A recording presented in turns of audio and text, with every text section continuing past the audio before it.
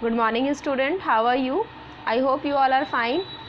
Alright, students. So let's begin with the topic which we have discussed in the previous class. As you can see on the screen. First of all, we have covered those who are not there, those who are not attentive, that what we are discussing. So student, remember this thing, we are discussing about the contact and non-contact forces. In contact force, we have talked about frictional force. Then we have talked about the other different types of mechanical force. We have talked about the muscular force. And in non-contact force, we have talked about the electrostatic force. We have talked about the magnetic force, and we have talked about some other forces which are basically you can say that is that is non-contact in nature. It means that directly it is not applying, मतलब हम उसमें directly apply नहीं करते हैं अपने किसी भी, मतलब डायरेक्ट फोर्स नहीं होता, वो अपने आप ऑटोमेटिक फोर्स लगता है without touching any object, you can से.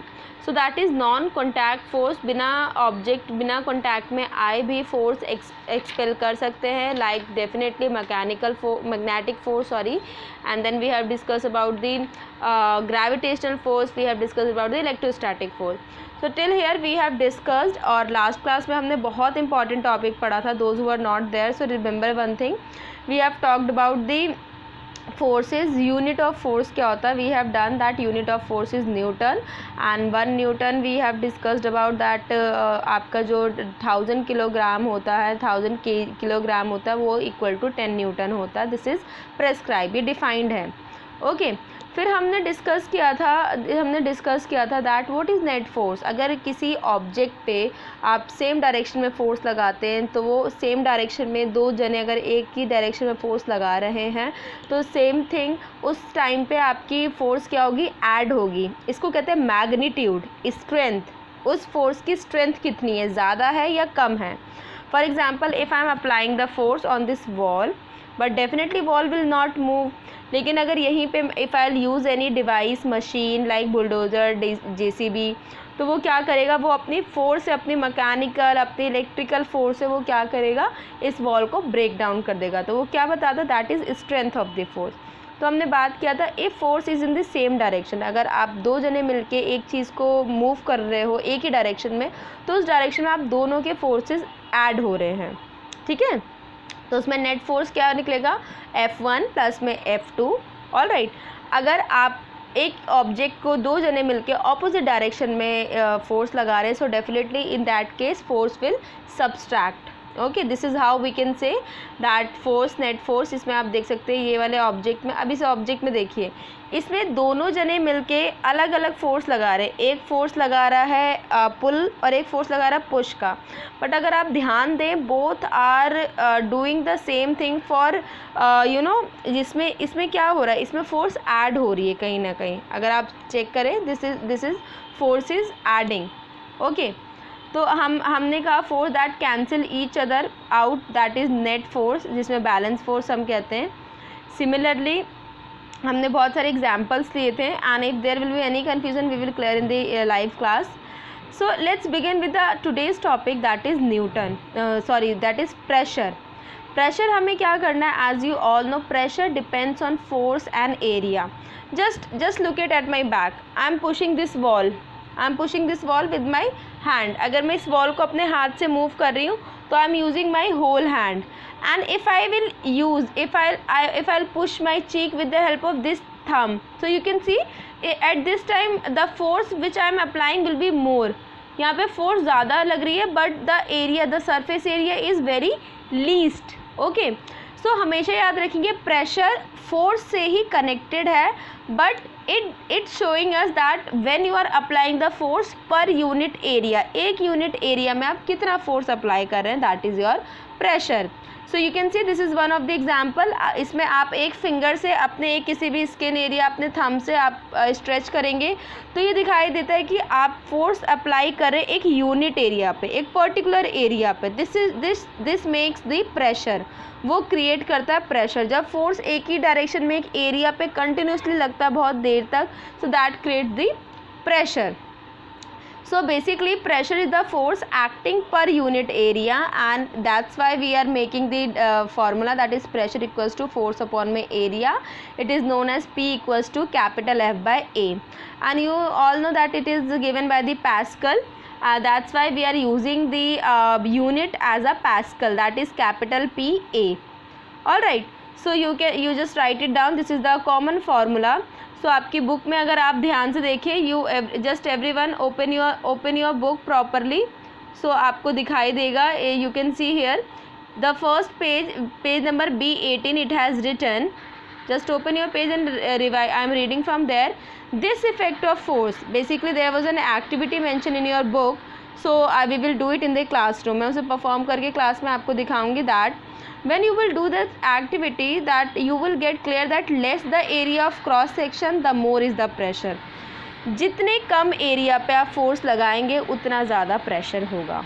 Pressure is directly proportional to your pressure is inversely proportional to your unit area. जितना प्रेशर अप्लाई होगा मतलब यूनिट एरिया उसका लीस्ट होना चाहिए. ठीक है. If force is the compressive force, मतलब कंप्रेसिव मतलब आप किसी चीज़ को बहुत थर्स्टली आप उसको अप्लाई कर रहे हैं और वो एक एरिया पे पुट कर रहे हैं, that is the cross section area, then the pressure is given by P. तो इसके हिसाब से हमने मैकेनिक आपका बेसिकली जो प्रेशर का फॉर्मूला निकाल लिया, P equals to F by A. The thrust force acting perpendicular to the surface acting per unit area is called pressure. मतलब आप प्रेशर जब परपेंडिकुलर लगाते हैं, they are talking about the thrust force. Alright, so let's see. इसमें next 3 point दिए हुए हैं.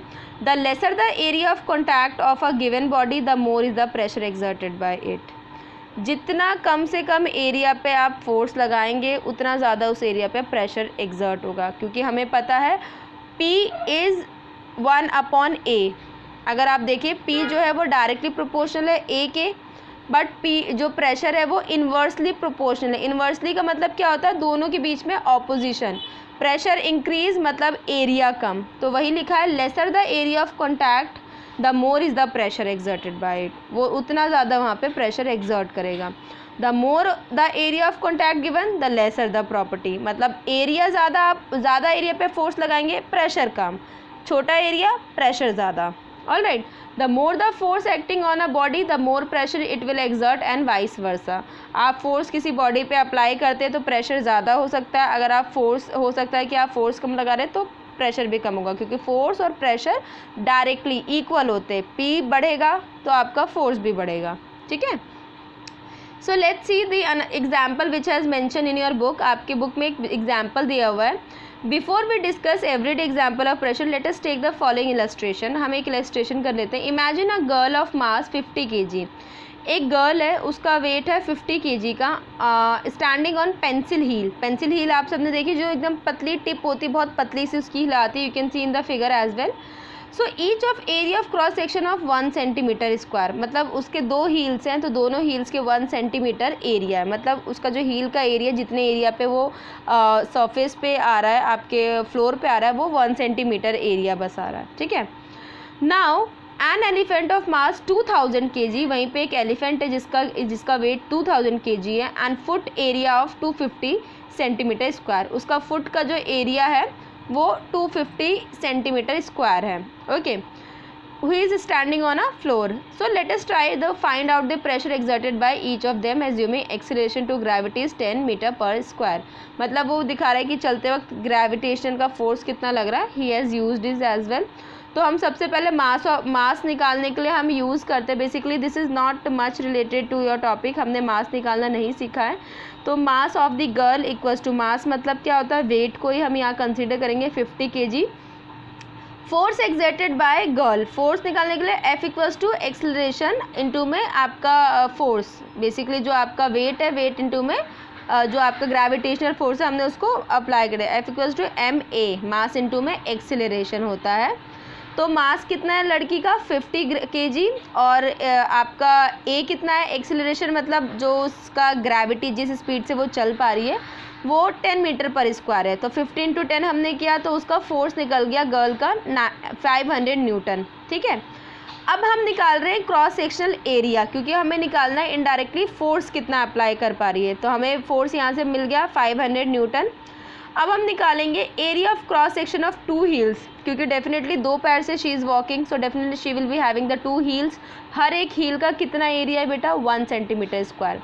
तो एरिया निकालने का फॉर्मूला हो गया आपका 2 number of total heels 2 multiply by 1 centimetre कितना 1, तो ये आपका आ गया 2 सेंटीमीटर स्क्वायर। इसको मीटर स्क्वायर में कन्वर्ट किया तो अपॉन में आपका क्या आ गया 10,000 से मल्टीप्लाई किया।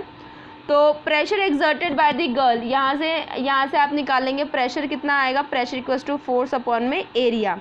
फोर्स हमने निकाला था 500 न्यूटन और हमारा क्रॉस सेक्शनल एरिया निकल गया 10,000 अपॉन में 2 मीटर स्क्वायर। तो आपका फोर्स कितना निकल गया, you can C 250,000,000। So this is how you can calculate the pressure. I will tell you when we will meet in the online class. हम उसमें आराम से ये दोनों फॉर्मूले, इस दोनों सम को निकालना फिर से एक बार सीखेंगे। How can you find out the pressure, जब आपको फोर्स और एक्सेलरेशन, जब फोर्स और एरिया भी आपको ना पता हो, so how we can find out the pressure. Okay, this question exactly coming in the exam as well. So कुछ एग्जाम्पल है, you can see this we will talk about later. So you can see here, which diagram shows the child exerting least pressure on the ground. हमें पता है pressure जब ज़्यादा तभी होगा जब एरिया कम होगा। तो फिगर ए में आप देखिए बॉय ने क्या, फिगर ए में आप देखिए, let me zoom it. You can C figure A में क्या किया है, उसने अपने लेग से और अपने हैंड से सरफेस एरिया को कवर किया है, मतलब उसका लेग नी वाला एरिया और हैंड वाला एरिया कवर अप कर रहा है, ठीक है। सेकंड वाले फिगर में वो पूरा लाई डाउन है, he is completely lie down on the floor, मतलब उसका पूरा सरफेस एरिया ज़्यादा है यहाँ पे। सिमिलरली थर्ड में देखिए वो सिंगल फीट से खड़ा, मतलब ओनली सिंगल फीट आप वहाँ पे सरफेस एरिया कवर कर रही है। सरफेस एरिया मतलब एरिया, क्रॉस सेक्शन एरिया जो हम वर्ड यूज़ करें। सेकंड वाले में 2 फीट से, हमें पता है जितना लीस्ट एरिया होगा उतना ज़्यादा प्रेशर होगा, जितना ज़्यादा एरिया होगा उतना लीस्ट प्रेशर होगा। तो क्वेश्चन क्या है यहाँ पे, क्वेश्चन कह रहा है which diagram shows the child exerting least pressure on the ground. सबसे कम प्रेशर कौन से वाले फिगर में हो रहा है, it would be definitely B. B क्यों होगा बेटा, क्योंकि बी में वो ज़्यादा एरिया पे लाई डाउन है, more area least pressure, least area more pressure. तो हमें यहाँ पे लीस्ट प्रेशर बनाना है, कम से कम प्रेशर कितना अप्लाई हो रहा है वो डायग्राम बी से, और मैक्सिमम प्रेशर कौन अप्लाई कर रहा है, diagram number C, because it is using only a single feet for standing. Similarly इस क्वेश्चन में देखेंगे अ ब्रिक विद रेक्टेंगुलर साइड्स। ये ब्रिक क्या है, रेक्टेंगुलर साइड है, रेस्ट ऑन अ टेबल है, उस पर ब्रिक है। अब बताइए कि ब्रिक इसमें ज़्यादा सरफेस एरिया कवर अप कर रहा है, डेफिनेटली ब्रिक क्या है, हॉरिजॉन्टली लाई डाउन है। अगर मैं ब्रिक को वर्टिकल कर दूं तो प्रेशर उस समय ज़्यादा अप्लाई होगा क्योंकि एरिया उसका कम हो जाएगा। तो till here we have talked about the basically the pressure, how it is exerting. Pressure का मतलब क्या होता है, pressure basically force applying on a unit area is known as pressure. So rest of the thing we will discuss, हम solid में, liquid में, gas में अलग अलग तरीके के प्रेशर एक्सर्ट होते हैं। We will cover this topic in the classroom. See you that student, and please keep on revise this topic and be ready with the chapter number 1 which we are going to discuss tomorrow about the revision session. So you all are supposed to be there in the classroom. Okay, see you students.